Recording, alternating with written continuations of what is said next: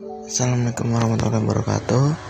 Perkenalkan, nama saya Febrian Niltono dengan NPM 2210631420. Baik, di sini saya akan membahas tentang 4 materi, yaitu Artificial Intelligence, Blockchain, Cloud Computing, Data Analysis.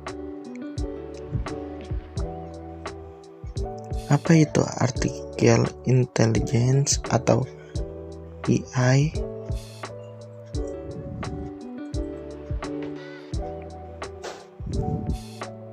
Artificial Intelligence atau kecerdasan buatan adalah salah satu bidang ilmu komputer yang mempelajari cara membuat sistem komputer yang dapat berpikir, belajar, memecahkan masalah, dan mengerjakan suatu hal layaknya manusia.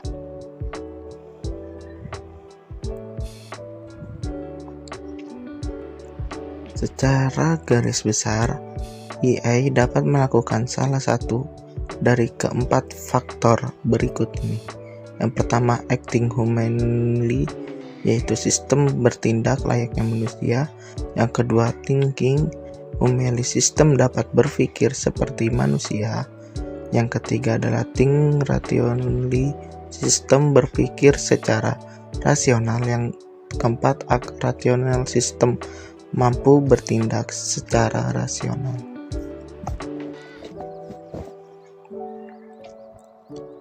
Setelah mengetahui pengertiannya, sekarang ayo kita masuk ke cara kerja dari kecerdasan buatan.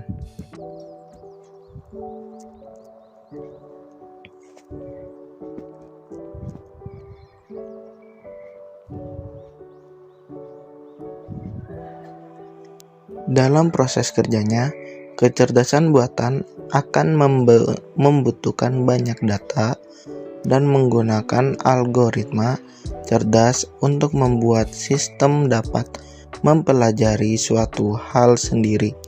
AI adalah bidang studi yang mencangkup banyak teori, metode, teknologi, serta beberapa sub-bidang seperti machine learning, neural network, deep learning, computer vision, dan natural language processing.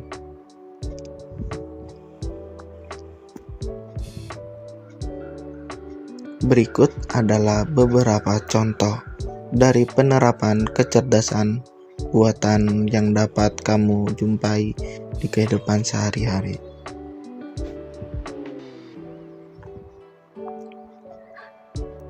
Yang pertama adalah chatbot. Chatbot ini menggunakan kecerdasan buatan yang dapat mengenali kata, kalimat, dan frasa untuk memberikan jawaban kepada pengguna. Fitur ini lebih cenderung menawarkan kepada pengguna seluruh kemungkinan solusi dan jawaban yang pengguna butuhkan. Selain itu, chatbot ini juga dapat membantu pengguna dalam membuat keputusan. Saat ini, chatbot bisa cukup akurat dan canggih, sehingga pengguna tidak dapat membedakan sedang berbicara dengan sistem atau manusia. Selanjutnya adalah pengenalan wajah atau face recognition. Sistem pengenalan wajah ini mungkin sudah sering kamu gunakan sehari-hari untuk membuka perangkat kamu, seperti contoh pengenalan biometrik milik Apple, yaitu Face ID. Face ID memindai wajah kamu sebagai penggunaannya dan mendapati banyak titik inframerah yang telah kamu lihat. Setelah itu, peran dari kecerdasan buatan adalah membandingkan hasil dari pemindai wajah sebelumnya dengan wajah kamu untuk menentukan apakah kamu orang yang berhak untuk membuka kunci perangkat tersebut atau bukan. Contoh dari kecerdasan buatan yang berikut adalah virtual assistant. Ada banyak penyedia layanan ini seperti Google Assist, Apple Siri, atau Amazon. Selain itu juga dapat mencatat janji atau acara yang sebelum sudah kamu atur dan juga memberikan informasi ketika waktu acara yang telah ditentukan segera tiba. Asisten virtual juga dapat melakukan tugas lain seperti mengirim pesan, memutar musik, membuka aplikasi. Jadi, itulah pembahasan kita mengenai kecerdasan buatan. Bagaimana? Menarik bukan?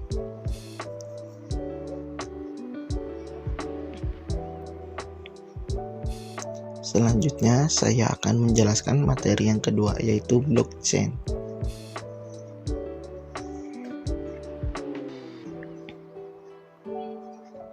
Apa itu blockchain?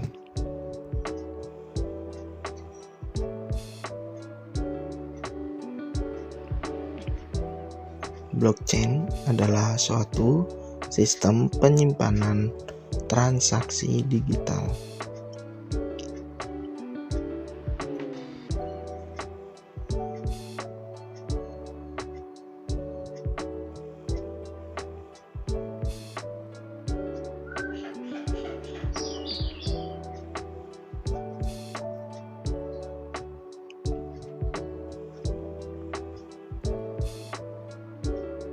Kamu tahu nggak apa hubungannya teknologi blockchain sama kripto? Terus gimana sih cara kerja blockchain?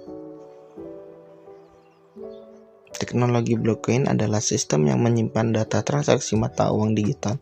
Sistem ini tidak dikelola oleh pihak ketiga seperti bank lainnya, dapat dikelola oleh pengguna komputer internet.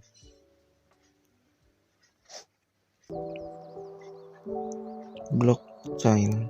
Tujuan dari blockchain adalah memungkinkan informasi digital direkam dan distribusikan tetapi tidak bisa diedit. Lalu, bagaimana jika perlu merubah data? Bagaimana cara kerja blockchain? Berikut langkah proses cara kerja teknologi blockchain.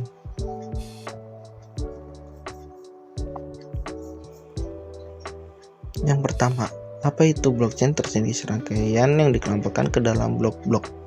Yang kedua, blok-blok ini saling terhubung melalui kode ekspresi yang membuat data tersimpan secara aman serta mencegah seseorang merubah rantai blok sebuah blok tersendiri di mana ada nama pengirim, jumlah penerima.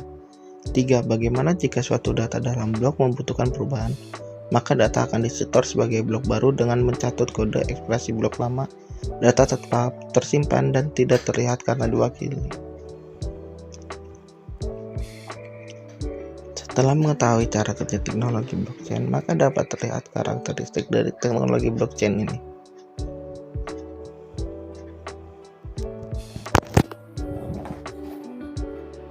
Satu, tidak bisa diubah. Yang kedua, hanya bisa ditambahkan. Dan yang terakhir, ledger.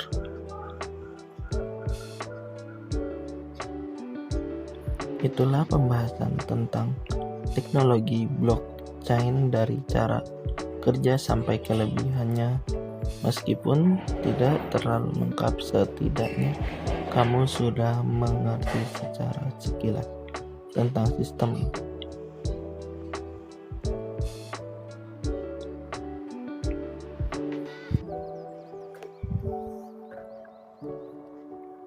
Selanjutnya, pada materi ketiga yaitu tentang cloud computing.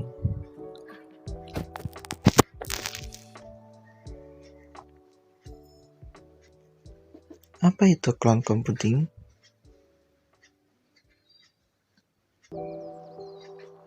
Cloud computing, komputasi awan adalah metode penyampaian berbagai layanan melalui internet.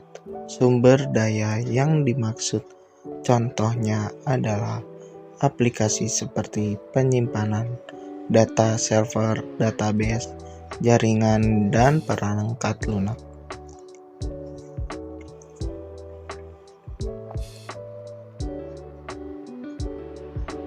Terlepas dari bermacam layanan, cloud computing memberikan penggunaannya serangkaian fungsi seperti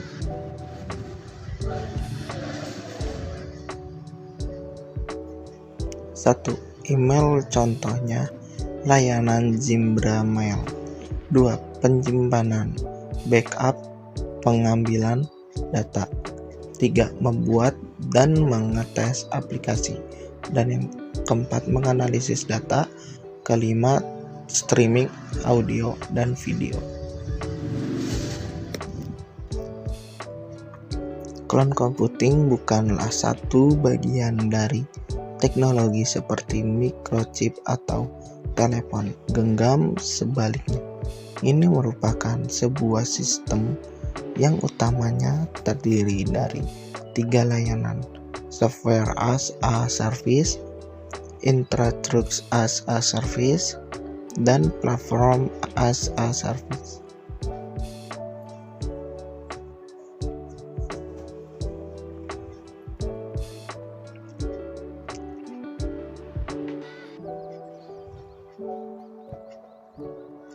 Setelah mengetahui pengertiannya, lalu bagaimana cara kerja cloud computing sehingga data dan informasi yang berada di cloud dapat kamu akses?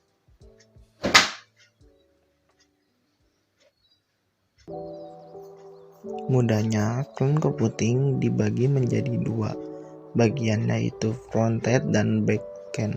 Kedua bagian tersebut saling terhubung menggunakan jaringan internet dan bekerja sama memberikan fungsi tertentu. Front-end dapat diibaratkan sebagai user dan back-end adalah bagian dari sistem cloud.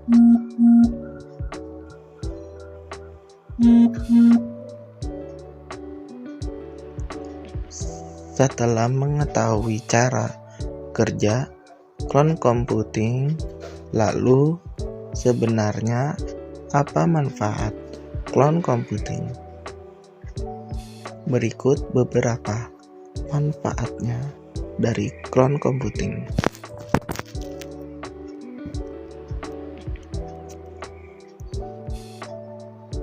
Yang pertama, mempermudah pengelolaan data. Yang kedua, menghemat biaya infrastruktur. Ketiga, meningkatkan mobilitas kerja. Keempat, mempermudah kolaborasi.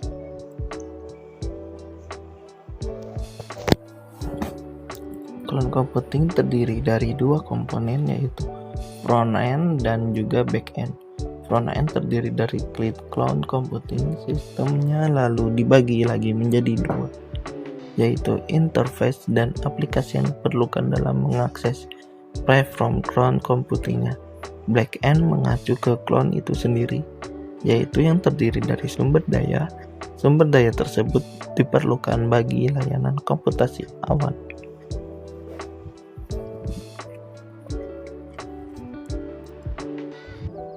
Setelah tahu pengertian cloud computing, apakah kamu sudah lebih paham dengan teknologinya? Tanpa disadari, sebenarnya kamu juga sudah sering menggunakannya. Hanya saja sebagian besar pengguna masih awam dan belum tahu apa itu cloud computing dan bagaimana cara kerjanya. Semoga setelah ini kamu bisa menggunakan layanan cloud ini semaksimal mungkin.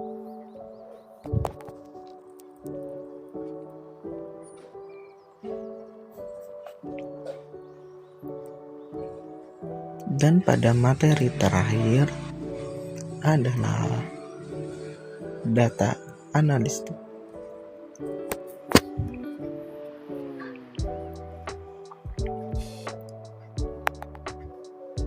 Data analistik adalah seseorang yang menganalisa data untuk mencari cara dalam memecahkan masalah dalam bisnis.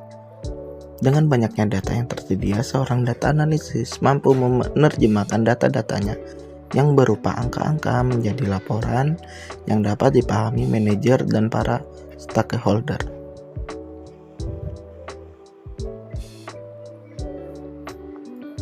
Tugas data analistik itu apa sih?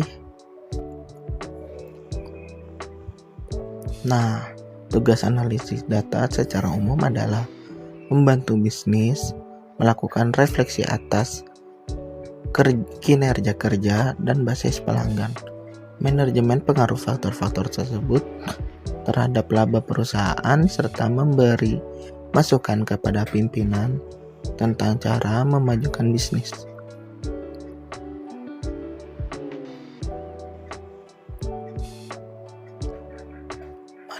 Mari kita lihat lebih detail tentang manfaat data analitik bagi bisnis.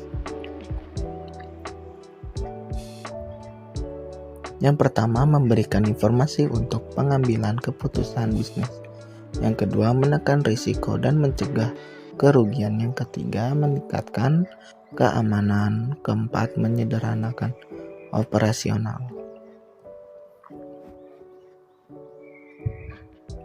Di tengah era digital seperti saat ini, data menjadi elemen yang sangat berharga bagi bisnis. Di balik setiap aktivitas konsumen seperti mencari produk di search engine atau memberikan ulasan produk, ada data yang bisa diterjemahkan ke dalam strategi bisnis. Oleh karena itu, peran data analitis sangat dibutuhkan oleh bisnis. Seperti yang dipaparkan di atas, data analitis adalah orang yang tahu posisi di perusahaan yang bertugas mereview dan menganalisis data, lalu menerjemahkannya menjadi insight yang berguna bagi perusahaan. Terima kasih atas perhatiannya, semoga bermanfaat. Mohon maaf atas kekurangan.